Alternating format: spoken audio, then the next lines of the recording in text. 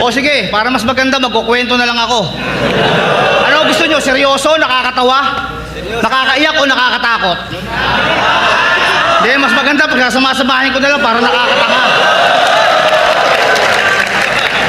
Eto, seryoso, alam mo tayo, wala nang pag-asa ang karir mo sa rap. Maghanap buhay ka ng iba, baka sakaling matikman mo yung buhay na masarap.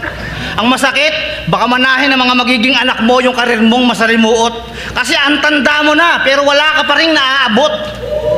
Yun ang nakakatakot. Hindi nga, seryoso. Ilang taong ka na? Putak, kanta ka ng kanta kahit mukha kang tanga. Rap ka ng rap kahit hindi ka nagkakapera. Yun ang nakakatawa.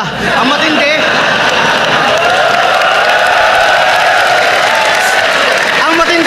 tatanda ka na lang nang walang narating sa buhay mo na puro palpak. At huli na para maisip mo na mali pala ang napiling karerang tinahak. Yun ang nakakaiyak.